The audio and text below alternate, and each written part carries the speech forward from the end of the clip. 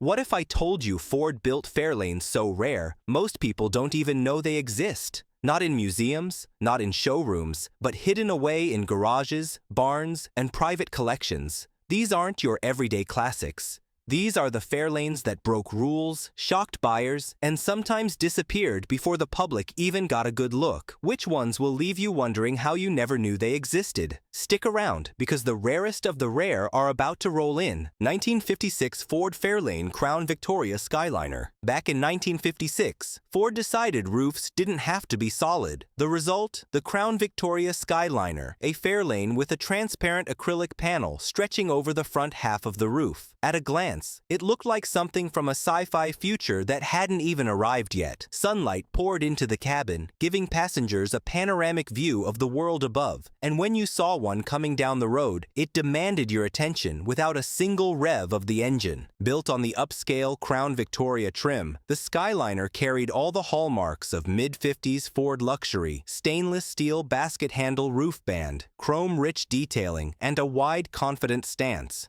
Buyers could order it with the Thunderbird's 312 cubic inch V8, giving the car real muscle to match its visual drama. But there was a problem Ford didn't solve in time. That clear roof was a greenhouse. On summer days, the cabin could turn into an oven, and no amount of mid-century ventilation could fix it. Because of that flaw, just 1,099 Skyliners rolled off the line in 1956. Many were driven hard, repainted, modified, or simply lost to time. Today, finding one in original condition, with its see-through panel still intact and factory trim untouched, is like discovering a museum piece in the wild. It's a snapshot of a moment when Ford's design team wasn't afraid to push the envelope, even if it meant creating something impractical. And maybe that's why collectors love it so much. It's bold, it's rare, and it's proof that sometimes the best cars are the ones that didn't quite work. 1962 Ford Fairlane 500 Sports Coupe. By the early 1960s, Ford had a problem. The full-size Fairlane was getting heavier, and the compact Falcon wasn't big enough to carry serious performance gear. So, in 1962, they split the difference and introduced a brand new mid-size Fairlane. Hidden within that launch lineup was the 500 Sports Coupe, a car that looked like a tidy family ride, but secretly carried a piece of Ford's future under the hood. That secret was the brand new 221 cubic inch small block V8. The first of the legendary Windsor V8 family. This wasn't just another engine option. It was the starting point for the power plants that would later fire up Mustangs, Falcons, and even Ford's GT40 Le Mans winners. The Sports Coupe paired this fresh V8 with a lightweight unibody frame, optional 4-speed manual, and a road feel that made it far more responsive than most people expected from a Fairlane. But here's the twist. Almost nobody noticed. In the middle of the rising muscle car wars, the modest-looking Sports Coupe didn't scream for attention. It was understated, even plain, with minimal chrome and conservative styling. Ford didn't market it as a performance car, so it quietly slipped past the spotlight and into the driveways of buyers who just wanted a comfortable, well-built sedan. That's exactly what makes it so rare today. Most were daily drivers, used up and traded away long before collectors cared. Surviving examples are almost impossible to find, especially with original drivetrain and trim intact. For Ford historians, it's a milestone, the car that introduced the Windsor V8 to the world. For muscle car purists, it's a hidden chapter in the performance story. And for anyone lucky enough to own one, it's the definition of a sleeper, a car that could hold its own in a stoplight showdown, but never bragged about it. Volvo 240, 1974-1993. The Volvo 240 wasn't built to win beauty contests, it was built to win the long game. With its iconic brick-shaped body and an engineering philosophy that prioritized durability over flash, the 240 quickly became a favorite of families, safety-conscious drivers, and anyone who wanted a car that could rack up miles without turning into a money pit. Underneath that squared-off exterior sat one of the most dependable 4-cylinder engines ever made, the B21 and later B230. These power plants were simple, overbuilt, and happy to run well past 300,000 miles with basic care. Many owners didn't even consider the engine broken in until they hit 200,000. The drivetrain paired with a robust manual or automatic transmission that could shrug off decades of use. And it wasn't just about the mechanics. The Volvo 240's body panels resisted rust better than most cars of its time, and the suspension handled rough roads without falling apart. Inside, the interior materials were chosen for their ability to survive kids, pets, and years of sun exposure, not for trendy looks. This reliability made the 240 a darling among taxi operators in Europe and a cult classic in the US. Even today, it's not hard to spot one still running strong in small towns or being lovingly restored by enthusiasts. The 240 is proof that style fades, but substance lasts. While it may look like it was drawn with a ruler, its ability to outlast flashier rivals has cemented its place as one of the longest-living cars ever made. Honda Accord. In the late 80s and early 90s, Honda hit a sweet spot with the Accord, a perfect blend of simplicity, efficiency, and unshakable reliability. These were the cars that turned countless buyers into lifelong Honda fans. Under the hood, the 2.2-liter four-cylinder and optional V6 engines were practically bulletproof. They didn't need complicated technology to deliver consistent performance. They just needed regular oil changes and the occasional tune-up. Owners often brag about racking up 300,000 miles or more without major repairs. The Accord's design was straightforward and logical, making it easy and inexpensive to maintain. Honda engineers avoided unnecessary complexity, which meant fewer things to go wrong. Even the interiors were built to last, with fabrics and plastics that didn't crumble after a few years in the sun. These Accords also drove better than most of their competition. Light steering, balanced handling, and comfortable seats made them a joy for long commutes and cross-country road trips alike. And because they weren't loaded with fragile electronics, they kept their composure well into old age. Today, well-maintained examples still change hands quickly because people know what they're getting. A dependable sedan that can keep going for decades. In a world of planned obsolescence, the late 80s and early 90s Accord stands as a reminder that building something right the first time pays off. Toyota Corolla E90 E100 series. If reliability were a sport, the Toyota Corolla would be in the Hall of Fame. The E90 and E100 series, produced from the late 1980s through the mid-1990s, represent the Corolla at its most durable.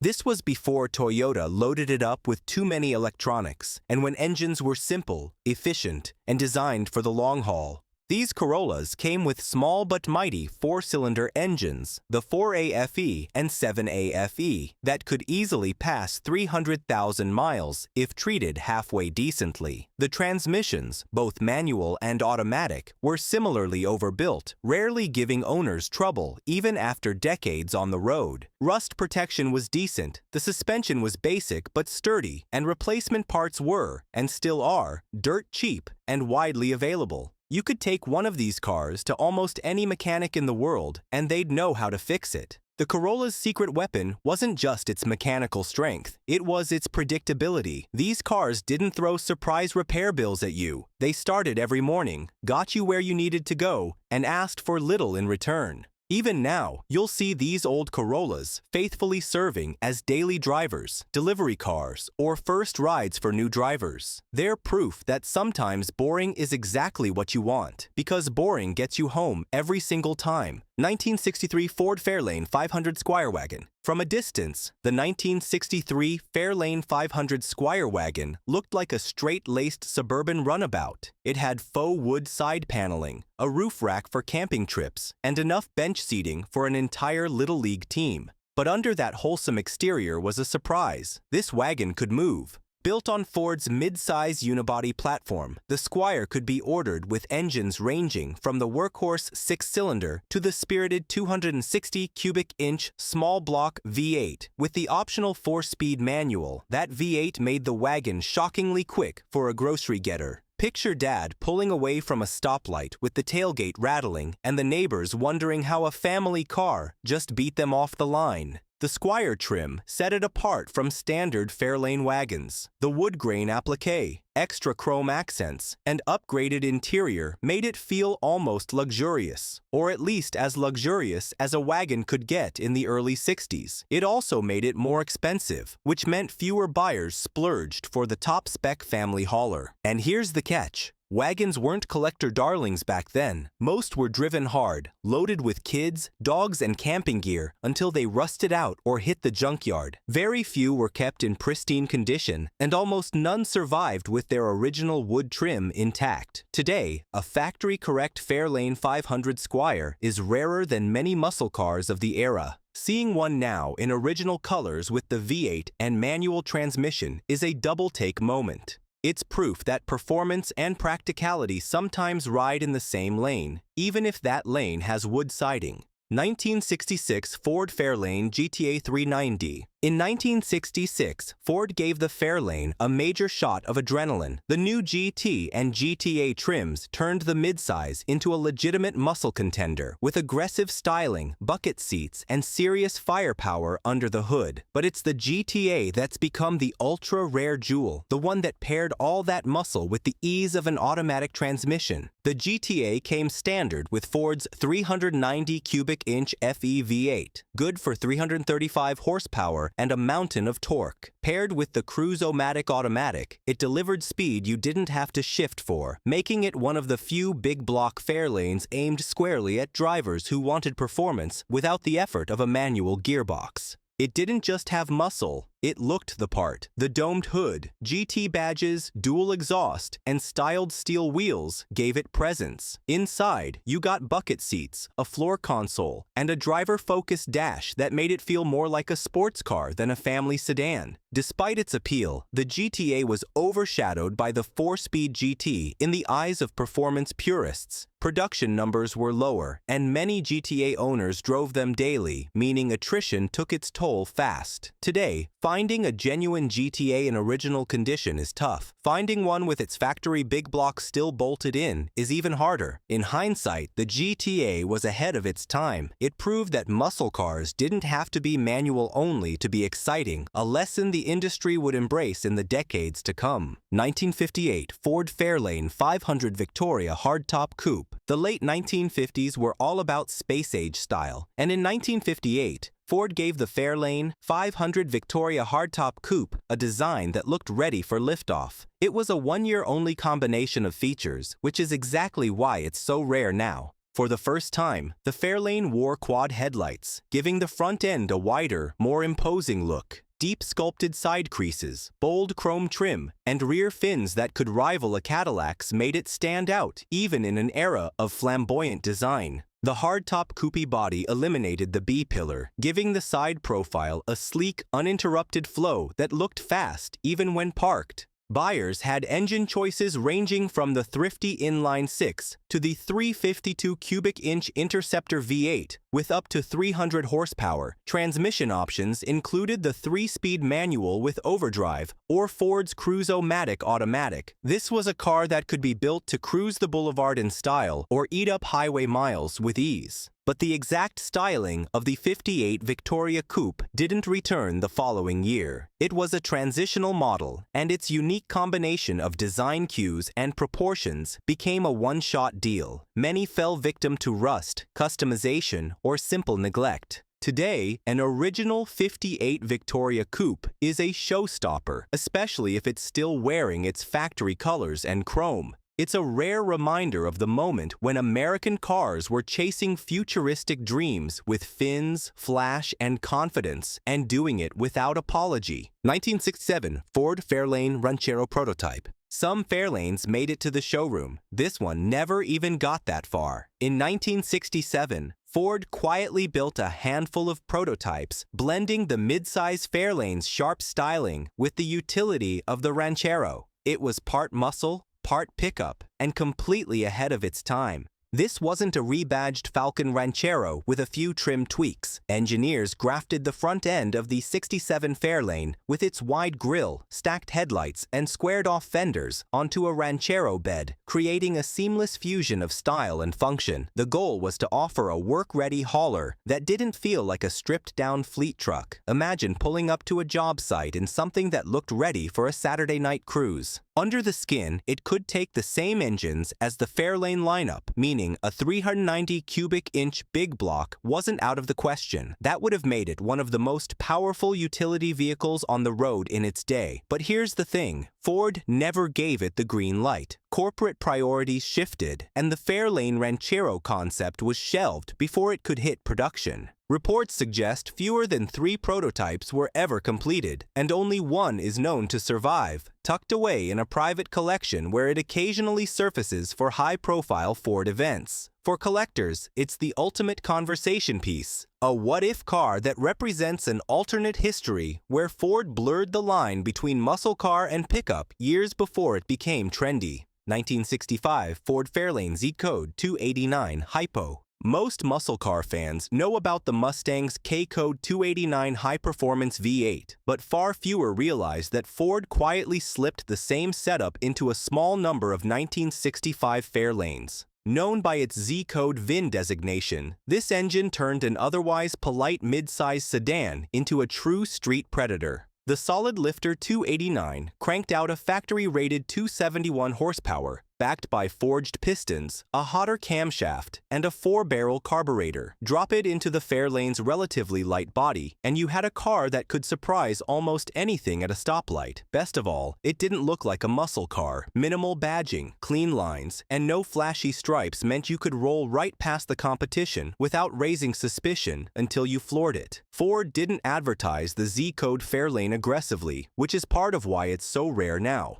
Most buyers never knew the option existed, and those who did often drove them hard, racing them informally on weekends. That kind of use took its toll, and many were wrecked, modified, or stripped for their high-performance engines. Today, a documented Zcode Fairlane is a blue-chip piece of Ford history. It's proof that some of the company's best performance cars weren't the headline models, but the sleepers built for those who knew exactly what they were ordering. 1969 Ford Fairlane Cobra 428 CJ. By 1969, the muscle car wars were at full tilt, and Ford dropped a bomb on the midsize market. The Fairlane Cobra, if you ticked the right boxes, you could order it with the 428 cubic inch Cobra Jet V8, and if you went all in with the drag pack, you got an oil cooler, 3.91 or 4.30 rear gears, and performance parts that made it a legitimate quarter-mile threat. Officially rated at 335 horsepower, the 428 CJ was famously underrated to keep insurance companies at bay. In reality, it was pushing well over 400 horses, with torque numbers that could liquefy bias-ply tires in first and second gear, mated to either a close-ratio 4-speed or a beefy C6 automatic. It was built for serious speed. Visually, the Cobra was understated. You got Cobra scripts, a functional ram air hood scoop, and a clean, no-frills body. It wasn't dressed up like a Torino GT, and that made it even more menacing. This was a car that let its performance do the talking.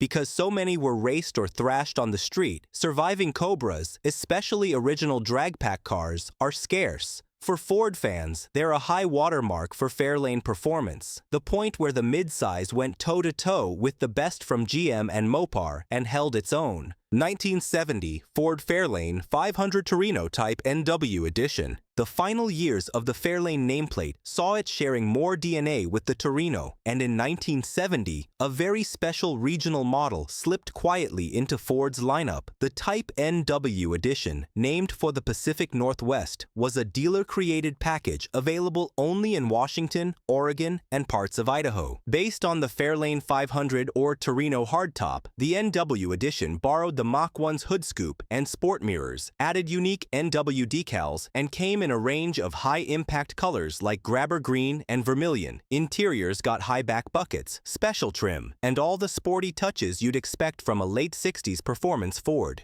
Power came from a variety of engines, from the solid 302 V8 up to the 351 Cleveland, and while it wasn't the fire-breathing monster some earlier Fairlanes had been, it had the looks and regional exclusivity to make it stand out. Production numbers were low to begin with, just a few hundred are believed to have been built, and the fact that it was a dealer-specific special means records are fuzzy. Many were daily driven into the ground, and survivors with original paint and stripes are rare sights even at Ford-only shows. The NW edition might not have the raw speed of a Thunderbolt or Cobra, but it has something just as valuable to collectors, scarcity, and a backstory that even seasoned Ford fans might not know. So, there you have it. 12 Fairlanes so rare, most people will go their whole lives without seeing one in person. From see-through roofs to drag strip monsters, each of these cars tells a story about a time when Ford was willing to take risks and sometimes keep the best toys hidden. Which one would you put in your dream garage? Drop your pick in the comments, hit subscribe, and stick around. The next forgotten legend might be closer than you think.